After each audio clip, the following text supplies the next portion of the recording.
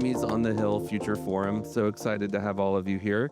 My name is Todd Dupler. I'm the Chief Advocacy and Public Policy Officer for the Recording Academy. And every year during Grammys on the Hill, Washington, D.C. puts its attention on music and the people who make it. And the Future Forum is our opportunity to expand that focus and explore some of the big issues that people in music are talking about today. Right now, across the country and really all around the world, people are more interested in music than ever before. They're specifically interested in how to help make music communities grow. And today, that's what we're going to talk about. We're going to explore how to do that. How do we help music grow here at home? How do we help it grow all around the world? And how do we help it grow within our own Recording Academy family? So to start us off, our first panel is going to be focused on the local pulse.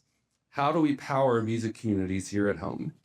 And to lead the way, I'm pleased to hand the microphone over to the Recording Academy's Director of Regional Advocacy and Member Engagement, Mr. Reed Wick.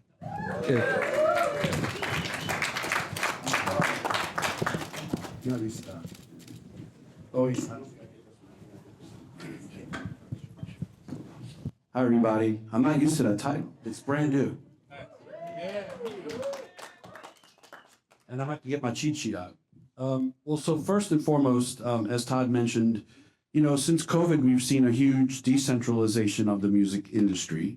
That's obviously been happening for a lot of years, but I think everybody now is used to telecommuting, working from wherever they want to live nowadays. So, and on top of that, we've seen a huge growth of the independent music market.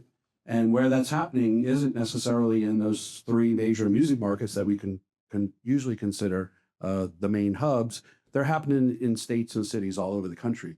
So today we've assembled an amazing panel, some folks I can call my friends from around the country who are going to talk about that with us today. So I think I have Mariah Zapp coming up. Mariah is the co-GM and head of digital for Yup Rock Records in Durham, North Carolina. Mariah, come on up. We have Tony Alexander, runs Made in Memphis Entertainment, obviously in Memphis, Tennessee, which is also my second home, having been with the Memphis chapter of the Recording Academy as a member for 30 years and as an employee for 20. Tony does some amazing things in Memphis. Tony Alexander. And last but not least, Chip Adams, who runs the Texas Music Office. We're going to learn some really cool things about what Chip is doing down in Texas. So please welcome.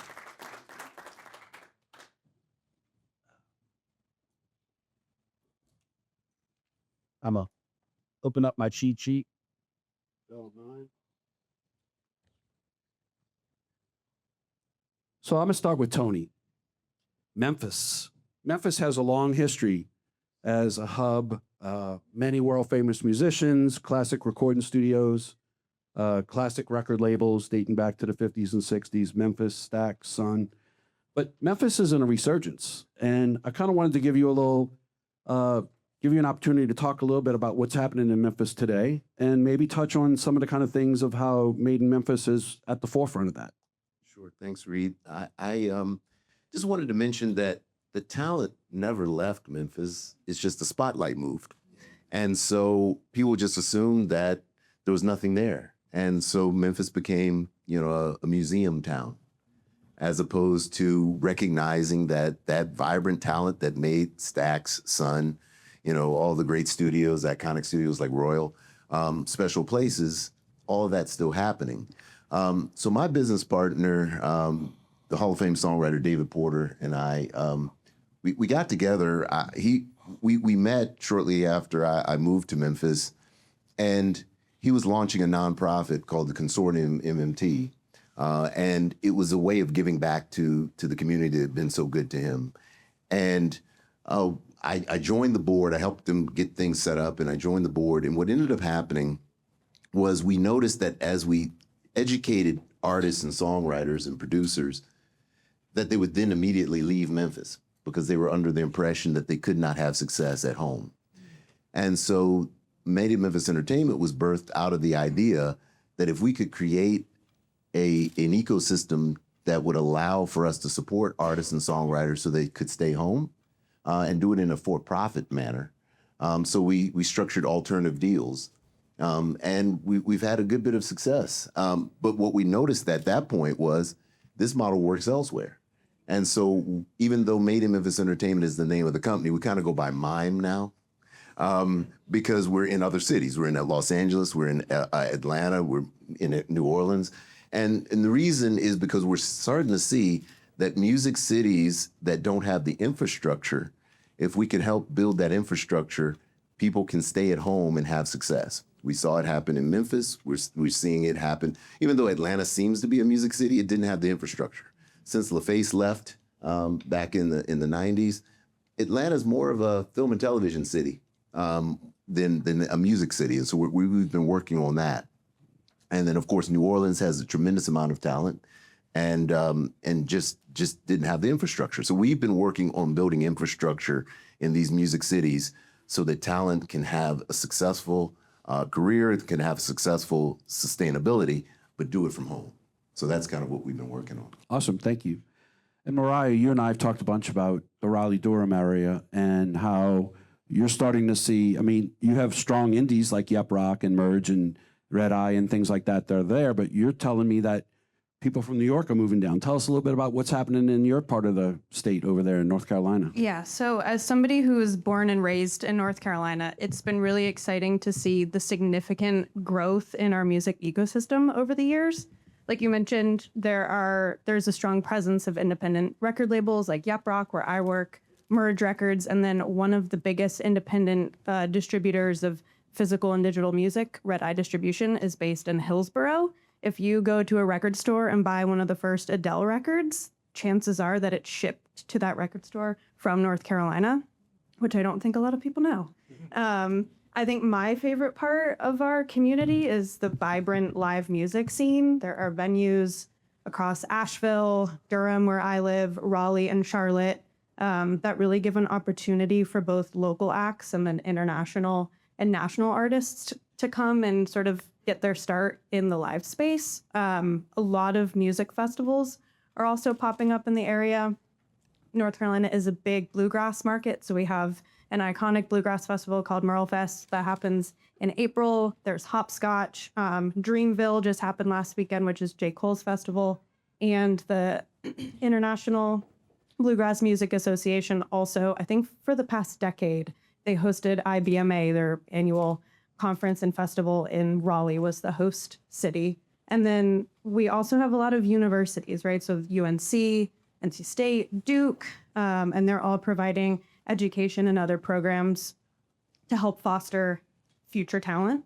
I have lived and worked in North Carolina my whole life and in the independent music space for the past 12 years. And I see more and more music people moving to the area, and that's musicians, it's managers, it's agents, it's engineers. And I really do think the region is getting more and more attention for being this creative hub and musical hub. And so, yeah, I'm biased because I've lived there forever, but I love when my friends are like, hey, I'm moving down. And I'm like, perfect.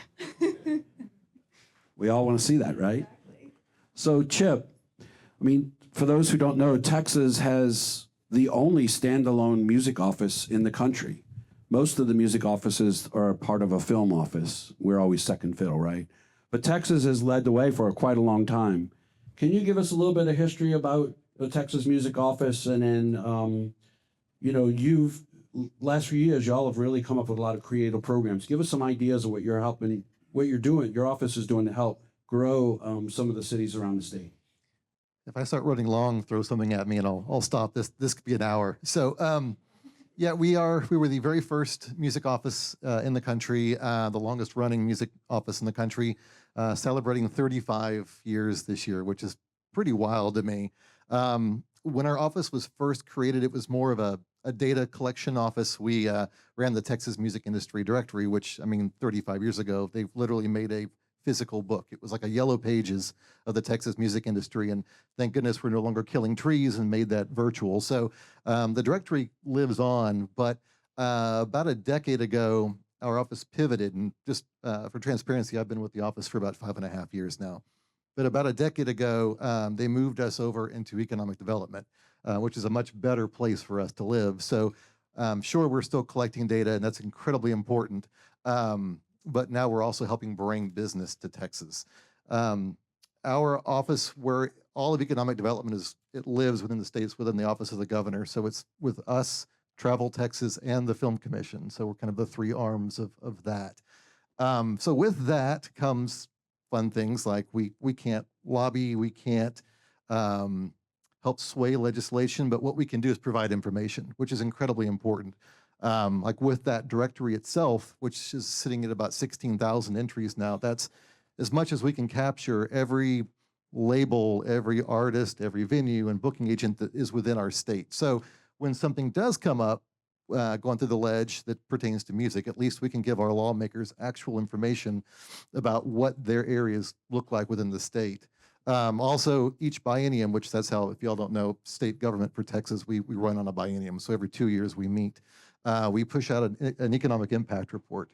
So I think for a while we were the only state that had that specifically for music. So now we can also show our lawmakers that I think right now, this year, it's 197,000 permanent jobs in the Texas music industry, about $31 billion in annual economic activity, and it's about $500 million in taxes. So powerful numbers to help show that music definitely deserves a focal point. And that's information we're also helping to help other states around the country leverage to try to get themselves a music office started. I'm going to jump into programs. I think I've already rambled enough. I don't want to take everyone's time, but Let's save that for a minute. I wanted to talk a little bit. So, obviously, efforts to grow state and city level music economies are led by different kinds of organizations, trade associations, nonprofits, NGOs. But what we are seeing is that, as Todd mentioned in opening, they are embracing music as an economic development driver. Certainly, if anybody's familiar with their whole Richard Florida model of, cities like Huntsville, Alabama has created an entire music policy because NASA engineers didn't want to move to a city that had no nightlife, right?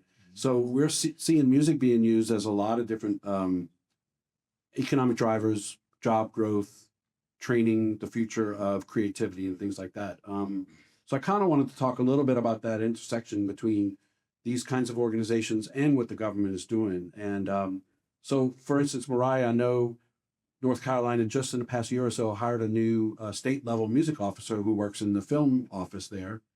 Have you had any interactions with them yet, or have you seen any signs of their music office really starting to develop policy and starting to work with community organizations? Yeah, so we are so stoked that we now have like an official music office. I think they launched in June of 2024. So yeah, it's been less than a year. Yes, we've been getting to know their team since they started.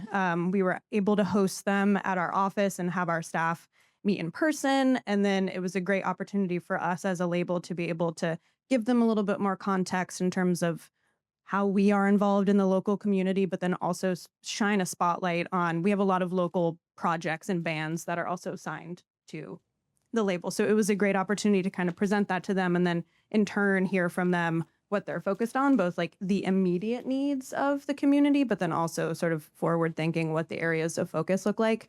Since they are still so new, it feels like they're really focused on that relationship building and kind of hearing from partners like what the pain points are. But I'm really hopeful that in the future, it means we can collaborate together on larger legislative initiatives. Yeah. Awesome. And similarly, Tony, I know that Tennessee hired Judy Wheeler a couple of years ago as the first statewide music officer in the Tennessee Entertainment Commission, right? But didn't Memphis just hire someone locally as a music officer? Can Yes. you tell us a little bit about what you've kind of worked with from the Memphis standpoint? Because I know Memphis is often the second fiddle to Nashville, having spent a lot of time in Memphis. Can you give us a little bit of sense of what that interaction between what you're seeing on the street and working with the government is like? Yeah, so DeMarcus Suggs is the new, I think they call him the art czar. Yeah, and so he's doing a great job of just going on a listening tour, just listening to artists to get their input on what they need. And so probably for the last year or so, it's just several different gatherings of artists and all forms of creatives to get insight. Okay, what can we do to help you? So that he's just been listening so far. that's kind of what's going on. And y'all been listening for a long time, but now I'd love for you to talk some things like the music friendly program. Tell us some about and your most recent, what was it called? Your The grant program that you have. I can run through those Yeah, let's easy. do this. Sure. Texas is doing amazing things. We'll start with Music Friendly, which when I was originally hired by the Texas Music Office, that's what I ran. So we launched that about 7 years ago with the job of helping create city music offices around our state. I mean, Texas is so large, it's difficult for our team, which is now of 5, which is the largest the TMO has ever been, but it's a lot of geography to handle, and also a lot of in terms of genres and in our demographics in our state. I mean, I know Houston's the most diverse city in the country, and so we want to make sure that we're really connecting with everybody. So we launched Music Friendly as a way to launch music offices within city governments around Texas. When I was hired, we were at 10. In 2020, with the pandemic, we still were managed to double our numbers. As of today, I think we're at 78 cities. That's 78 city music offices in Texas. And we'll clear 90 this year. We empower a liaison in each city who basically acts as their music officer. Each city has to have an advisory board made up of music stakeholders. So again, they have now a platform, a listening post. So musicians now and venue owners and everybody else finally have a way to communicate with city government to talk about issues and how cities should be allocating more resources to supporting their music industry. So it's a really unique program. It's something that other cities and states are now looking at implementing as well. Talking about Jimmy Wheeler in Tennessee, we had about an hour-long call with him a couple days ago because they want to launch something similar. I know Oklahoma's launching something similar, and that's something we really are proud of in Texas is, I mean, our office is an open book. I want to see more state offices. I want to see more ways to launch music offices in cities. So we're definitely happy to help. Our music incubator rebate program is also something that's starting to be copied around the country. Through the pandemic, we were the first state to actually legally define what is a music venue. As these federal funds were coming in to help keep our venues alive, nobody could say, well, Stubbs Amphitheater is a venue, but why is the Italian restaurant around the corner who has a guy playing for tips, why is that also not considered a venue? Which it's not. So we had to differentiate the difference between venue and not venue. And so with that, we launched our rebate program, which is a rebate on beer and wine or liquor taxes up to $100,000 a year for our small venues under 3,000 capacity.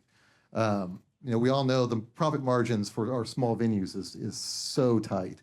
So this is a way to keep our venues afloat. So right now it's a $21 million program. So, yeah. In Texas. Well, I'm curious, so what does a venue have to do to qualify for the incubator program, and what is your goal for the outcome of the incubator program? Sure. So this is year 2, so it's still brand new. A venue needs to have been in operation for 2 years. They have to, since this is a liquor rebate, they have to hold either a liquor license or they have to collect sales tax on beer and wine. They have to have permanent staging, lighting. They have to have staff who are operating said lighting, sound, or security, places to store instruments, like just kind of your basic things, but we now have that in writing. And I think there's a laundry list of potential things for them to check off for them to qualify. And again, it's up to $100,000 per year rebate back into what they've already paid in their taxes. What I'm hoping is in time, we will have some time to do economic impact reporting specifically on that itself, so we can show our lawmakers, hey, this is what this program has done. And what's great about it is that it's all over the state. It's not just here's Austin venues that we're keeping afloat. It's Corsicana and Lufkin and Amarillo, and Rio Grande Valley, but also Dallas-Fort Worth, Austin, Houston. So I think the more we can show genre-wise and geographically, we're taking care of everybody. I would love for that to grow. Now, I'm not looking to go like our film commission's doing and let's go for $500 million yet. But I think in time, I would love to see that grow so we can support more of our venues. Awesome. Tony, I want to come back to you. I'm a fan of this program. Can you talk a little bit? I mean, you mentioned Consortium at MMT, which is a pretty fascinating program that helps songwriters and stuff, right? Can you also talk about adaptive music? They've created a really cool program that we've talked about expanding that across the country because I'm so fascinated. Give us a little quick snapshot on what adaptive is and how MIME is really helping the music community in that way.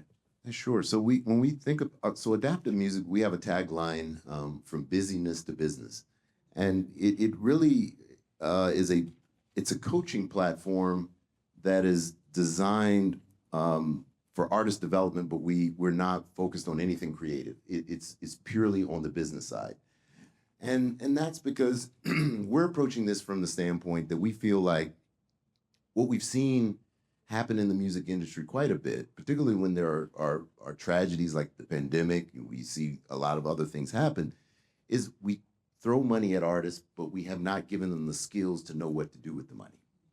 And so we've seen that artists find themselves in poverty for a variety of different reasons, but there's two in particular that we're concerned about.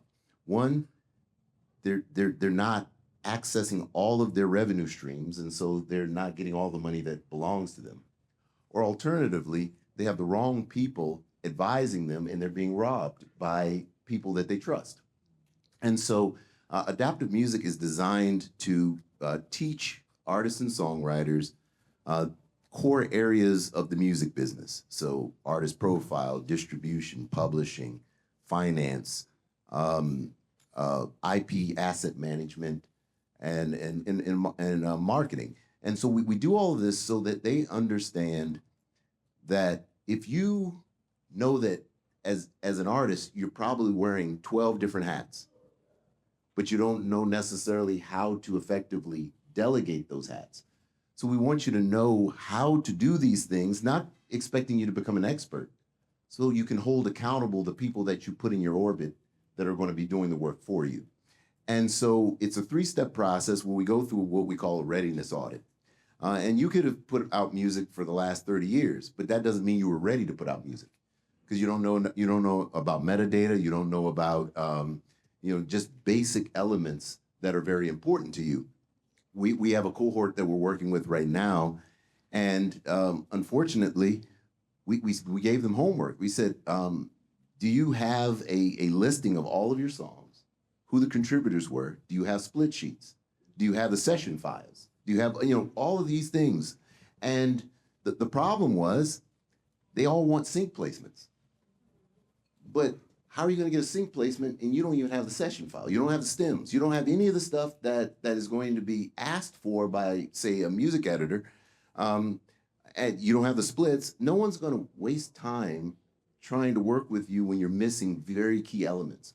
And so step one is the readiness audit. We take them through a battery of questions. Then we give them a report card. And unfortunately, a lot of people get a report. It's color coded. So emerald green means you're doing great. Scarlet red means you're not doing well at all. And so they tend to have pretty red scorecards at the beginning.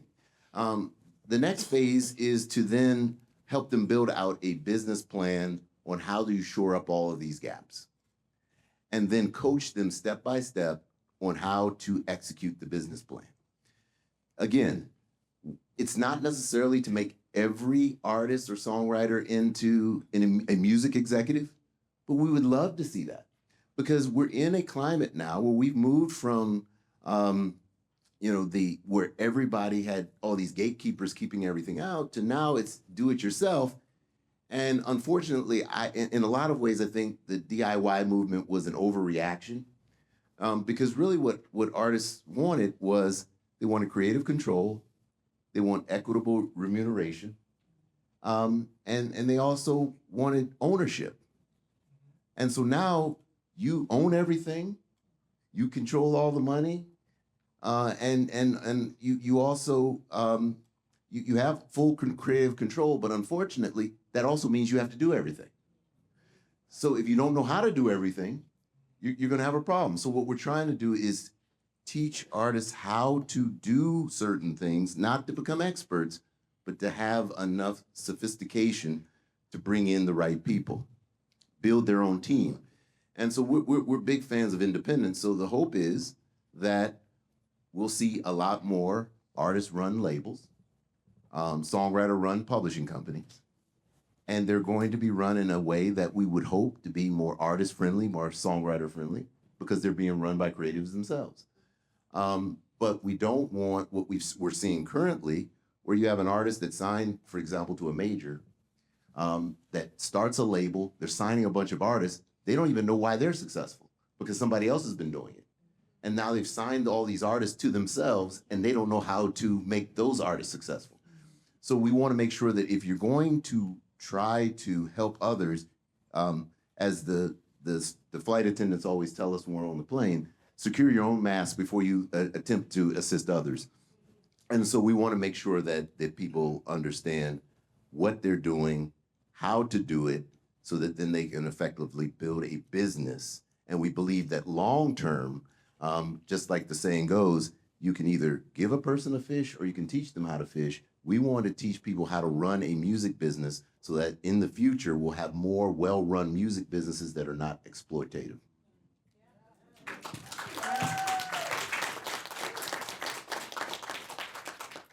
Right. Anything like that in North Carolina happening? I don't think so. Coming to a city near you.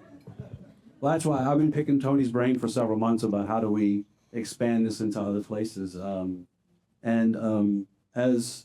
Well, Chip kind of leaned on it a little bit, but we've just started a new association of music offices that's officially going to launch at the Music Cities Conference in Fayetteville, Arkansas in September. But there's a huge trend of music offices being developed at the state and city level all over the country. And so we're hoping that we can partner with them from the Record County standpoint, because as most of you know, over the years, the bulk of our efforts in the advocacy and public policy space has been at the federal level, which we've been doing all week here in DC. Yeah. But one of the reasons they brought me on, right, Todd, where does it go, is to do more of that at the state and city level. And I'm thrilled to have partners like these folks up here to do that more. But speaking of policy making, we still have a little more time? Okay. So I'd like to jump in a little bit about working on policy development and advocacy at the state level. And this is just open to anybody. Obviously, Chip, you mentioned that you can't do any lobbying, but I'm sure from the Texas Music Office standpoint, you probably help with developing some policy ideas that lawmakers can take to the state assembly or whatever and actually pass it. Is that accurate? That's accurate. I mean, again, when we hear of things that are being discussed, then people utilize us as a resource. So, I mean, like with the Music Modernization Act, I mean, that was something we were very involved with. And again, we couldn't be like, we need to push this through because we can't say that, but we were certainly happy to provide as much information and guidance as we possibly could. So that's kind of I view our role as we don't write it, but we definitely help connect all those dots. And like you mentioned, I mean, with all of these new potential state offices popping up, that gives us so much more of a voice again. So when things, especially at the Fed level, are coming through, man, that's power in numbers, which is really, really exciting. And what we've learned in our research in developing this new association is that there's obviously the film commissions, there's hundreds, if not thousands of them around the world, and they have a 50-year-old organization that has coalesced, and they have an office of 8 people, and the cost to be a member of it is amazingly high, I should say. But the kind of trade of information that they do is really interesting, and so that's our goal, is to like put music on that same pedestal, that we have the same kind of clout when we go into state legislators and city hall council members and stuff like that. So Tony and Mariah, are y'all involved, or are you witnessing any kind of activity and work where your policymakers working with the music companies or local, state, city councils and things like that? Are they interested in that? Are you taking this stuff to them? What's happening in your states or your regions? Well, I know we were actively involved in the push to get the Elvis Act passed in Tennessee by leveraging the existing right of publicity to incrementally start addressing AI. So that was definitely something we were involved in. Another thing that we're doing, and it ties into adaptive music, is that we're working with the Black Chamber of Commerce in Memphis that received a grant from the county government, the Shelby County government, gave them grant funding for workforce development. And we see in a lot of ways that what we're doing at Adaptive Music is a workforce development program, because we're getting artists prepared to launch their own businesses, but even more importantly, if, for example, they don't want to be their own label owner, they now have skills that they may be hired by a label so that they can, because if you look at the typical independent artist, greater than 50% of their revenue comes from their day job. And so it's a cool thing when your day job is in music as opposed to something else. So you're working for a label, or you're working for a publishing company, or you're working for, something in the music business. You're working at a venue, and you have the skills to do that while you're also trying to cultivate your creativity. And so, so adaptive music isn't free, and that's intentional because we've also found out that oftentimes people don't appreciate what's free.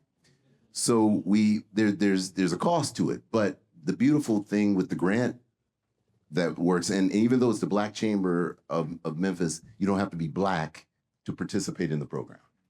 And so the way it works is, if you come up with 1/3 of the tuition, the grant money from the Shelby County government comes up with the other 2/3. So now you have a 2/3 scholarship to participate in the program, but you have to put some skin in the game, because we understand that if you're willing to pay something, you're likely to show up and you're going to follow through. And so it's been very successful because we have now deliverables that we have to provide to the government, but at the same time, just the testimonials from the artists is letting them know that it's working, because they're much more knowledgeable and they can see their revenue, their royalty statements are increasing because now they're accessing revenue streams that they didn't even realize they had. Yeah, awesome. We want to open it up to some Q&A. We have some amazing thinkers up here. Anybody have questions? I have one question. Oh, I think we have a microphone. Where is it? We're recording. Oh, sure. Hi, thank you. I'm Allison McNeil. I run a consulting firm that tracks impact data. So I'm wondering, what sort of impact have you been able to track the programs you mentioned? Because it sounds incredible. I always works with getting other funds for artists, so just wondering how you do that. So we can definitely follow up after, and I can give you some more details. But generally, so we take their scorecard at the beginning of the program and then at the end, and so we can see the learning objective gains, and then we also can measure it financially, because oftentimes it doesn't mean that they put out more music. The music has gotten better. We just can also see their revenue statements increasing just because they've left so much money on the table because they were unaware of certain revenue streams, or they didn't register works properly, or there was missing metadata. We're able to clean a lot of that stuff up. And so in a lot of ways, it's just understanding that you had $10 worth of revenue that you didn't think you had, and now you're getting it. And so it makes a huge difference. And so, so for us, it really comes down to, it doesn't matter how much revenue you're generating. If you only earn $5, okay, collect all $5, not 25 cents, because you didn't know what the other $4.75 was tied to. Chelsea? Yes. Good afternoon. Thank you all for being here, and thank you for your words. I have a soft spot in my heart because as a senior at UT Austin, I was an intern at the Texas Music Office for a very long time. That's awesome. And when you talk about data collection, I think one of the most powerful parts of that was not only our connection with South by Southwest, but also being a young artist, getting to talk directly to teams, management, staffs of more legacy and established artists. It was a very powerful connection of what was necessary for them to still remain relevant and manage their own career and status within our local base, but also understand what they're doing on the national platform. So I'm wondering, has there been intentional effort with all of your organizations to collaborate directly with Grammy U, or collaborate with some of these opportunities that can establish that more mentoring connection? I mean, I can start. So yeah, so you've seen the beauty of having that directory, which I should have mentioned earlier. We're finally relaunching the directory by end of this month.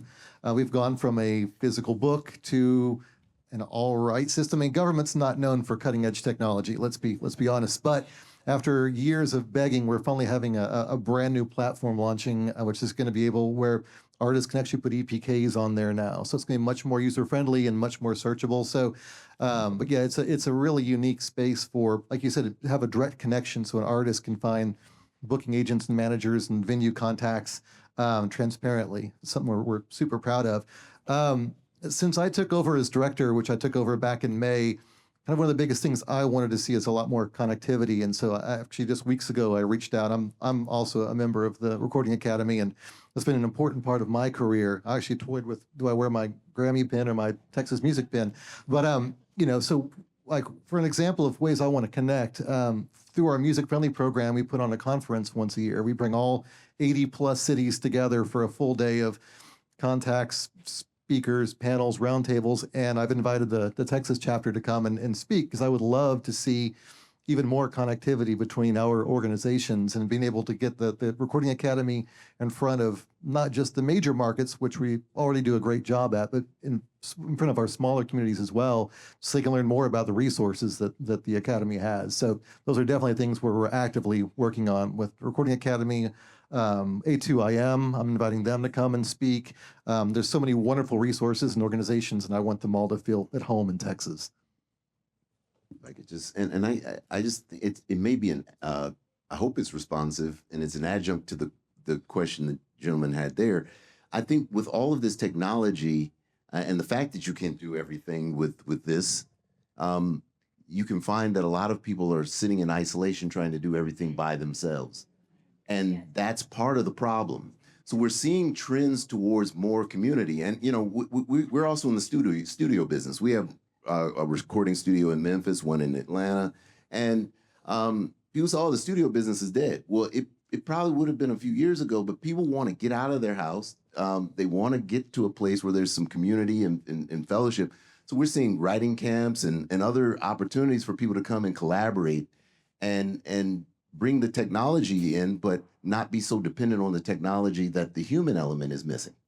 And so we're seeing that the power of collaboration across the creative side as well as the business side of things is the future. And so it is important for us to bring down any barriers that would separate us. And so from an internship standpoint, we work very closely with the Grammy Youth students and have them working in the various areas of our business. Our business, we have 7 operating businesses under our umbrella.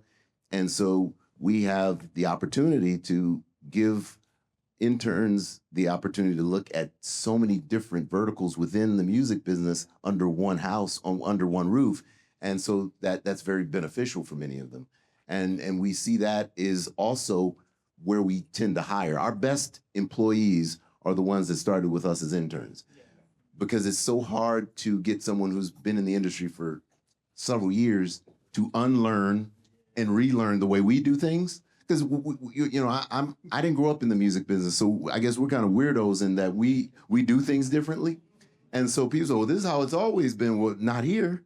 We do things a little bit different. And so it's always better to bring someone in and teach them on your way of doing things. And so, like I said, we've hired quite a few people that started with us as interns, because that is probably the best recruiting tool for us. I was an intern at Yep Rock, and now I run the day-to-day, and there's like 4 or 5 other people on staff who started as interns. We're the same. We invest a lot in our staff. We're big on mentorship and mentoring and giving back in that way. I always believe in, if I'm going to Americana Fest or if I'm going to Indie Week, I should bring someone from my team who maybe hasn't traveled yet and represented the company, because I think that's how you build a lot of professional confidence. And we want to make sure that, like, if they're the next generation of people running, in my case, record labels, that, yeah, they're doing so with confidence and being able to advocate for the artists that we work with. Awesome. We have time for one more question. Yes, back here. Hi, thank you. Alex Ote, Philadelphia chapter. Thank you for all the information about the State Music Office, which, as I understand it, it's a government-funded initiative that then, to your description of it expanding, means that the states find it valuable and will proliferate possibly to other states. So I imagine there must be some analysis from the State Appropriations Committee to somehow identify the benefits of socioeconomic or whatever it might contribute back. So is there an analysis report that you have, I guess, from Texas that is available to look at to kind of see? And the other thing is, I imagine it's on a periodic reappropriation schedule, whether it's annual or every so year. So just any details about sort of how to get that up and running, and then again, the availability of the data that shows the value of the operation. Sure. So yeah, since we function on a biennium basis, so every 2 years we have to show why our office should stay afloat, why they should continue funding us. We are one of the smallest offices within our division. So I mean, we're a team of 5. It's been a team of 3 for a decade plus. So we're quite efficient. We do a lot with a little, which helps, I think, keep the lights on, right? But in terms of reporting, so I mentioned an economic impact report that we do every biennium with we want to make sure that's done before the legislation starts. And that is available on our website. So if you go to texasmusicoffice.com and you'll see economic impact report, whole thing is free, downloadable, share it. We put a lot of work into that. It's something I'm hoping in the coming years we can expand on. Because right now what that is, it's a holistic view of the state. But again, we want to make sure we're kind of showing regionally across our state what that looks like as well. So I'm hoping that we can get a little more granular with that data. But yeah, please, TexasMusicOffice.com is where you can find that.